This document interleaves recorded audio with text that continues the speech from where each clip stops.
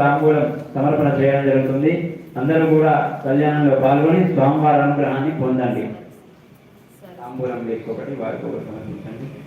ఓం విష్ణోర్నకం వీర్యాని ప్రబోధన్య పార్థివాని మమే రజాగుంసయో అస్కభాజిదుత్తరగం తదస్థం విజగ్యమానస్త్రేధోరుగాజో విష్ణోరరాటమతి విష్ణో పృష్ణమతి విష్ణోస్త్రేస్తో విష్ణోస్యోరతి విష్ణో ధ్రువమతి వైష్ణవమతి విష్ణవేద్యా.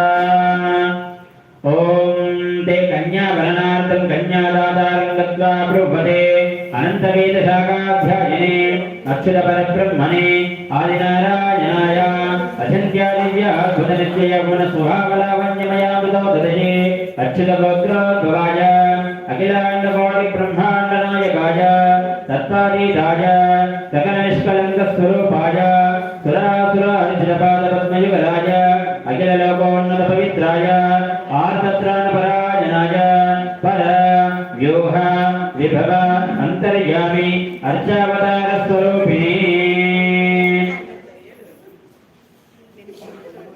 चतुस्सागरपर्यन्तं गोब्राह्मणेभ्यः शुभं भवतु. परव्यूह विभवन्तर्यामी अर्चावतार पञ्चादशयप्रवरान्विता परब्रह्मगोत्रोद्भवाय आदिनारायण शर्मणोनत्रे चतुस्सागरपर्यन्तं गोब्राह्मणेभ्यः शुभं भवतु. परव्यूह विभवन्तर्यामी अर्चावतार पञ्चादशयप्रवरान्विता परब्रह्मगोत्रोद्भवाय वैकुण्ठनाथ शर्मणपौत्राय चतुस्सागरपर्यन्तं गोब्राह्मणेभ्यः शुभं भवतु. परव्यूह विभवन्तर्यामी अर्चावतार पञ्चादशयप्रवरान्विता परब्रह्मगोत्रोद्भवाय व्यूहे वासुदेव शर्मणपौत्राय चतुस्सागरपर्यन्तं गोब्राह्मणेभ्यः शुभं भवतु. परव्यूह विभवन्तर्यामी अर्चावतार पञ्चादशयप्रवरान्विता परब्रह्मगोत्रोद्भवाय श्री अखिलाण्डकोटिब्रह्माण्डनायकाय శ్రీ రంగనాథ శర్మనే వరాయ. ఇప్పుడు స్వామివారి గోత్రనామాలు చెప్పడం జరిగింది.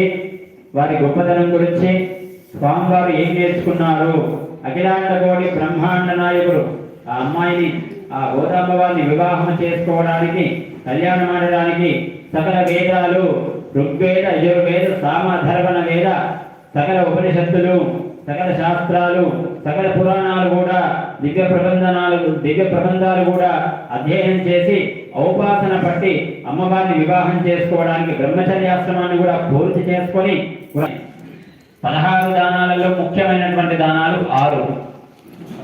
ఒకటి కన్యాదానం. కన్యాదానం చేయాలి. మన అమ్మాయి ఉన్న ఒక మంచి అబ్బాయికి చూసి వివాహం చేయాలి. కన్యాదానం గొప్పది. తర్వాత గోదానము, తర్వాత భూదానము, తర్వాత హిరణ్యదానము, తర్వాత సాలగ్రామదానం. ఎన్ని దానాలు వచ్చాయి? 5 వచ్చాయి. మరి స్వామి 16 దానాలు గొప్పవి. అందులో 6 దానాలు విశేషమైనటువంటి దానాలు. మరి 6 దానాలు చెప్పారు కదా, అందరూ 5 చెప్పారు. చివరి దానం ఏంటిది చెప్పాలి. మీ అందరూ కూడా ఎవరు చెప్తలేరు. చివరి దానం ఏంటిది? కన్యాదానం అయిపోయింది ఆల్రెడీ.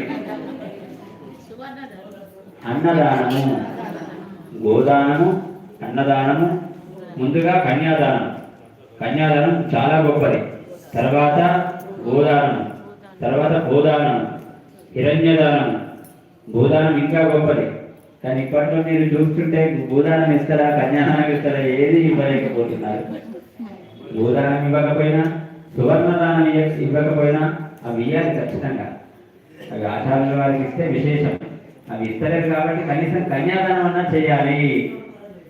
అంతేనా? కన్యాదానమే గొప్పది. దక్ష అది చిన్నది, కానీ ఈ 6 దానాలు విశేషమైనటువంటి దానాలు. కాబట్టి మీరందరూ కూడా ఇప్పుడు అమ్మవారి గోత్రనామాలు చెప్పడం జరుగుతుంది. దాని తర్వాత ఆ అమ్మాయిని అంటే నిజంగా మీ కన్యను ఒక అబ్బాయికి ఇచ్చి చేస్తే ఎంత ఫలితమో, బ్రహ్మలోక ప్రాప్తి లభిస్తుంది. అలానే అమ్మవారిని కూడా మన వేద మంత్రాలతోని అమ్మవారిని ఆవాహన చేస్తే విగ్రహంలోకి ఆవాహన అవుతుందన్నదన్నమాట. పుట్టిగా అమ్మవారు రాదు.